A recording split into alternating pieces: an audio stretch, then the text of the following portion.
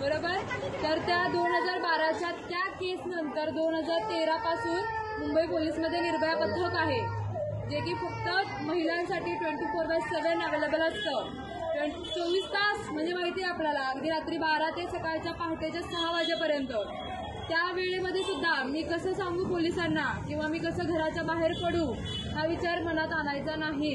Direct 100 number 103 नंबरला phone करायचा. तुम्ही जिथं कुठेही असाल, पोलीस गाडी तिथं येणार. मुंबई पोलीस खूप अलर्ट आहे. तुम्ही भांडणं वगैरे केल्यानंतर कॉल करत असाल, गाडी येते ना कोणी केलं का नाही फोन, बरेच कॉल करतात. तर तुम्ही असंही तुम्हाला कधी अडचण असेल तर तुम्ही फोन केला तर गाडी येणार, किंवा तुम्हाला शक्य असेल तर तुम्ही पोलीस स्टेशनला येऊ शकता. ठीक आहे. तर आता तुम्हाला मी थोडक्यात एक केसेस सांगते आणि त्याचे लॉ पण सांगते की आपल्यासाठी IPC मध्ये काय काय प्रोव्हिजन केलेले आहेत. आपल्याला जर कोणी छेडछाड वगैरे काढली आपली, आपण आता भाजी वगैरे आणायला जातो, किती जणांनी असं एक्सपिरियन्स केला, आपल्याला हात लावून गेला, इकडे तिकडे कोणीतरी हात लावतात ना, सगळ्यांना लावतात. आम्ही पण सिव्हिल ड्रेसवरती असतो तेव्हा एक्सपिरियन्स केलेले आहेत. पण तुम्ही कोणी विचारलं का की तू का केलं असं? तो सॉरी बोलतो, निघून जातो. तुम्ही विचारलं का केलंस? त्याला घेतलं चौकात, 4 लोकांना गोळा केलं? नाही केलं, नाही करत आपण. आपल्याला कुठे तेवढा वेळ आहे. तो हात लावतो, अजून 4 जणींना निघून जातो. मग आपण त्याला सोडून द्यायचं असंच? तुम्ही जोपर्यंत त्याला घेऊन येणार नाही, हे प्रमाण कमी होईल का? मला तुम्ही सांगा, प्रमाण कमी होईल का? नाही होणार. तुम्ही अवेअर व्हा, तुम्ही त्याला घेऊन या पोलीस स्टेशनला. ह्या सगळ्या छोट्या छोट्या गोष्टी आहेत, पण तुम्ही जोपर्यंत इनिशिएटिव्ह घेणार नाही त्या गोष्टी बदलणार नाहीत. बरोबर आहे? समजतंय मी सांगितलेलं? त्यामुळे जर असं कधी वाटलं की कोणीतरी मुद्दाम आपल्याला हात लावलेला आहे, मुद्दाम आपल्याकडे सारखं सारखं बघतो आहे, घेऊन यायचं त्याला, चल म्हणायचं पोलीस स्टेशनला. ठीक आहे. किंवा आता एक एक्झाम्पल सांगते. भाजी आणायला एक गेली होती महिला, ती म्हणते की टोमॅटो कसे आहेत, तर त्यानंतर तो म्हणतो, म्हणजे त्याने किंमत वगैरे सांगितली, पण ती बोलते नरम आहेत थोडे, जरा कडक दाखव.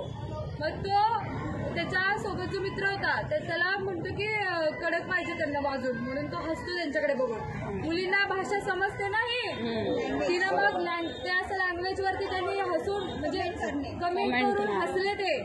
तिनं सरळ त्याला घेऊन आले पोलीस स्टेशनला. त्याला बघितलं आम्ही काय करायचं ते.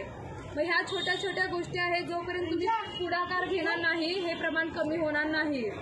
ठीक आहे. तर हे झालं 354 कायद्याअंतर्गत येतं हे. आता हे आपल्या काही महिला कामावरती जात असतील, आपण कामाच्या ठिकाणी जातो किंवा घरी येताना इकडे तिकडे जाताना जर एखादी व्यक्ती मला सारखं जाणवते, मी जिथं जाते माझ्या मागे मागे येते, असं होतं ना. एखाद्या व्यक्तीला आपण आवडत असेल तर आपला पाठलाग करणार सारखं सारखं. खास करून मुली ज्या 15 ते 20 वर्षाच्या वगैरे आहेत, सारखं त्यांच्या मागे मागे जायचं तर छान दिसते म्हणून, किंवा तिला बोलण्याचा प्रयत्न करायचा, तू छान दिसतेस, तुझ्याशी मैत्री करायची आहे. शाळेतली मुली सुद्धा. त्यामुळे आपण आपल्या मुलांकडे जास्त लक्ष द्यायचं. ते घरी आल्यानंतर काय काय करतात आणि त्यांची संगत कशी आहे, ते कोणाकोणाच्या सोबत असतात, त्यांचं फ्रेंड सर्कल कुठलं आहे. बरोबर आहे? पटतंय मी सांगितलेलं? आपली खास करून मुलगी सुद्धा काय करते, कोणासोबत बोलते का, बोलण्याबद्दल दुमत नाहीये, पण मुली काय करतात हे तुम्हाला थोडक्यात सांगते. थोडंसं व्हिडिओ कॉलिंग वगैरे करणं, किंवा समोरच्याने काहीतरी सांगितलं की तुम्हाला असले फोटो पाठव, ते हे करून फोटो पाठव. बरोबर? म्हणजे तुम्हाला समजतंय मी काय सांगायचंय तुम्हाला. थोडेसे कपडे वगैरे काढून फोटो मला सेंड कर. मग ह्या प्रेमात आंधळ्या असलेल्या पोरी काय करणार, फोटो पाठवणार. किंवा व्हिडिओ कॉलवरती काहीतरी त्यांच्या प्रायव्हेट रूम असतील तर तिथं काहीतरी करत बसणार आहे उद्योग. बरोबर? स्क्रीनशॉट मारायला किती वेळ लागतो व्हिडिओ कॉल केल्यावर? मग ब्लॅकमेलिंग करणार परत, तुझे हे फोटो मी व्हायरल करेन, मग तू माझ्यासोबत राहा, नाहीतर मी तुझ्या घरच्यांना सांगेन. मग जबरदस्ती चालू होते ना, इथून ब्लॅकमेलिंग चालू होतं ना. एक्सपिरियन्स केला असेल कोणीतरी किंवा ऐकलं असेल आजूबाजू कधीतरी घडलेलं होतं. खूप केसेस येतात या. त्यामुळे आपण चान्सेस नाही द्यायचा समोरच्या व्यक्तीला. खास करून आपल्या मुलींना तुम्ही सांगा की फ्रेंडशिप असते, फ्रेंडशिपपर्यंत राहा, पण प्रत्येक गोष्टीला एक वय आहे. बरोबर? मुली आताच्या काय करतात, किंवा मुलं सुद्धा 18 वर्षाची वाट बघायची, पळून जाऊन लग्न करायचं. बरोबर ना? आणि लग्नानंतर 1 वर्षाच्या तीच मुलगी येणार आपल्याकडे की आई बाबा मला त्याच्यासोबत काय राहायचंय. ती जी मुलगी पळून जाताना म्हणते पोलीस स्टेशनला येऊन की माझ्या आई वडिलांपासून धोका आहे, मला या मुलासोबत राहायचंय. बरोबर? असंच करतात मुली. मुली. मला आई वडिलांसोबत नाही राहायचंय, मला ह्या मुलासोबत राहायचंय.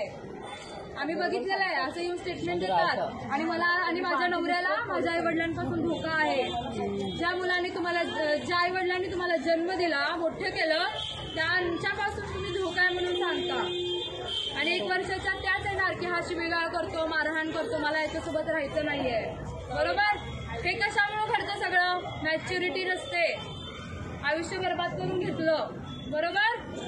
त्यामुळं मुलींना सांगायचं की तू जोपर्यंत स्वतःच्या पायावरती उभी राहत नाही, तुला लव्ह मॅरेज करायचंय ना, आम्ही करून देतो, पण तू स्वतःच्या पायावरती उभी राहा.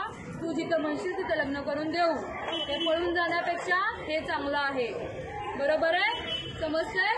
तर ह्या गोष्टी आहेत, थोड्या तुम्ही लक्ष द्या.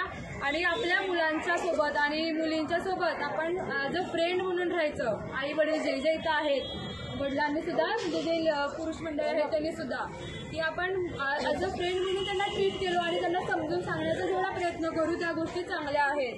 त्या अभ्यास करत नाही म्हणून आपण ओरडा करतो, बरोबर आहे, पण तो पण एका लिमिटपर्यंत केला पाहिजे.